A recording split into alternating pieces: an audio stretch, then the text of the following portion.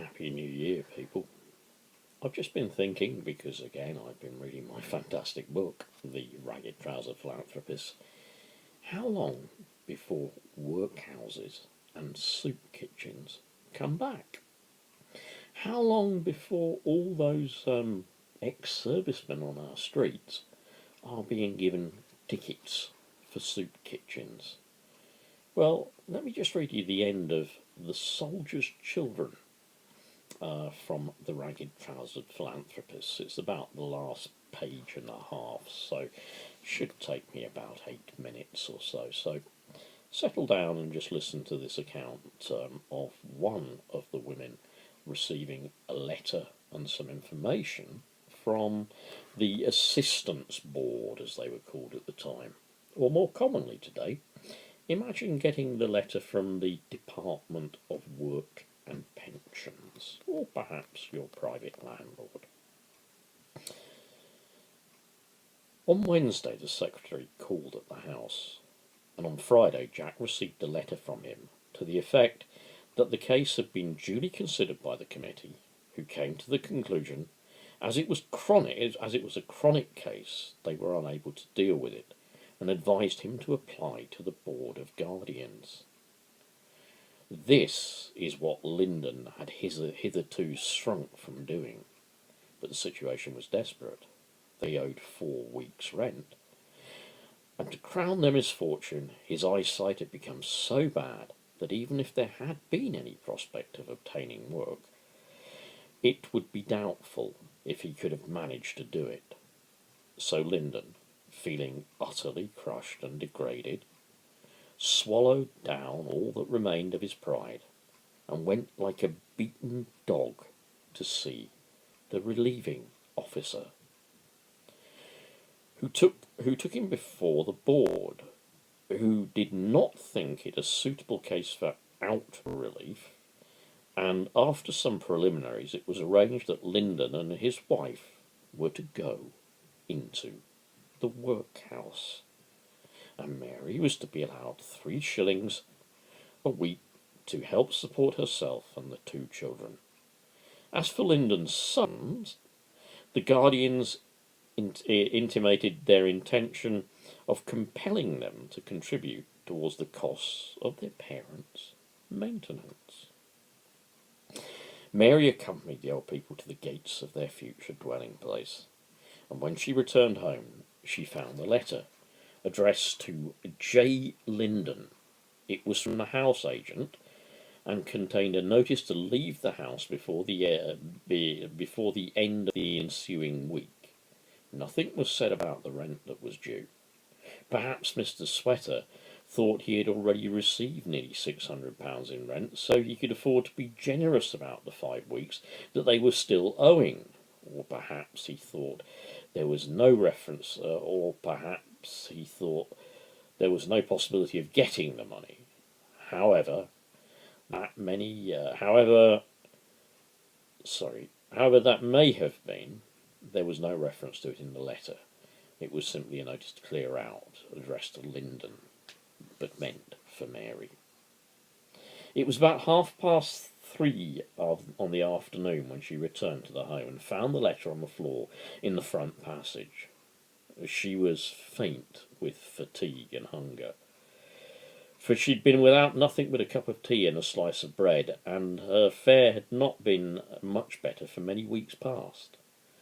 The children were at school, and the house, now almost destitute of furniture, without carpets or oilcloth on the floors, was deserted, cold and silent as a tomb. On the kitchen table there were a few cracked cups and saucers, a broken knife, some lead teaspoons, part of a loaf, a small basin containing some dripping, and a brown earthenware teapot with a broken spout. Near the table there were 2 broken kitchen chairs, one of which the top crosspiece was gone from the back, and the other with no back to the seat at all. The bareness of the walls was relieved only by a coloured almanac and some paper pictures which the children had tacked upon them. And by the side of the fireplace there was the empty wicker chair where the old woman used to sit. There was no fire in the grate, and the cold hearth was untidy with an accumulation of ashes. For during the trouble of these last few days, she had not time nor heart to do any housework. The floor was unswept and littered with scraps of paper and dust. In one corner was a heap of twigs and the small branches of trees that Charlie had found somewhere and brought home for the fire. The same disorder prevailed throughout the house. The doors were open, and from where she stood in the kitchen she could see the bed she shared with Elsie, with its heterogeneous heap of coverings. The sitting room contained nothing but a collection of odds and ends of rubbish which belonged to Charlie. His things, as he called them, bits of wood, string and rope, one wheel of a perambulator, a top, an iron hoop, and so on. Through the other door there was visible the dilapidated bedstead that had been used by the old people, with a similar lot of bedclothes to those on her own bed, and the torn, ragged covering of the mattress, through the side of which the flock was protruding and falling in particles on to the floor. As she stood there, with the letter in her hand, faint and weary, in the midst of this desolation, it seemed to her that the whole world was falling to pieces and crumbling around her. That's the end of that chapter. On this edition, it ends on page 320, making it sort of more than halfway through the book now. I'm sorry, I just keep showing you all of my body. It's not the world's most pleasant thing. I do apologise. Look at that. Utter desolation.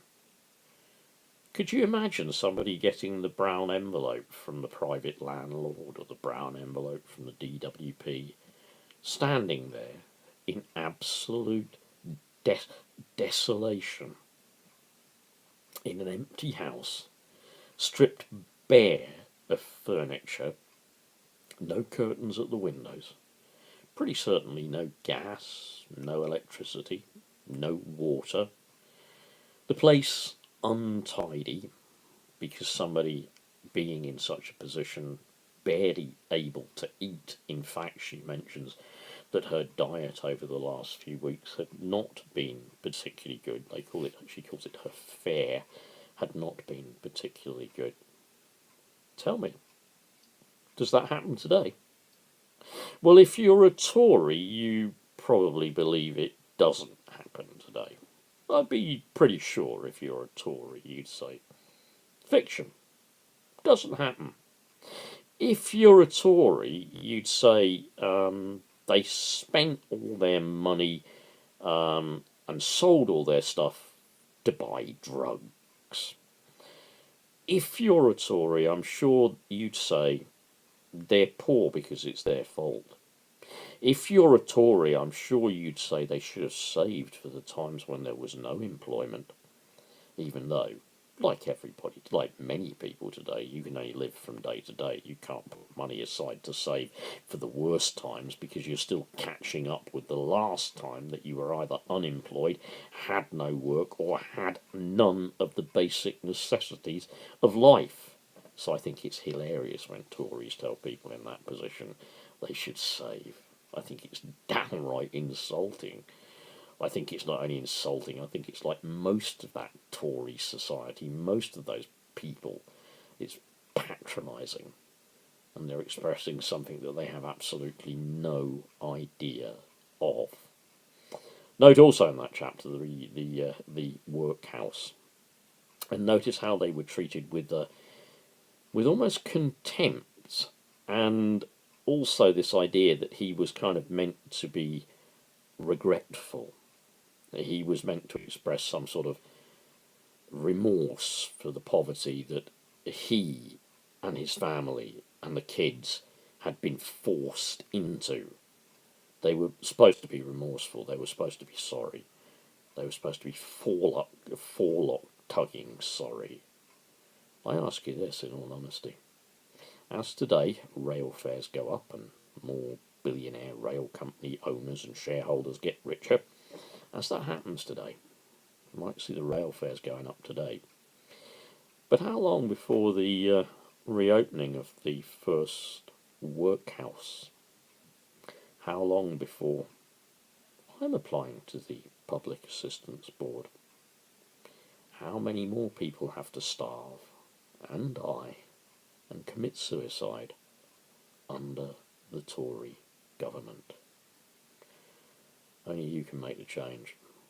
Make 2018 the year you vote for the many, not the few. Happy New Year.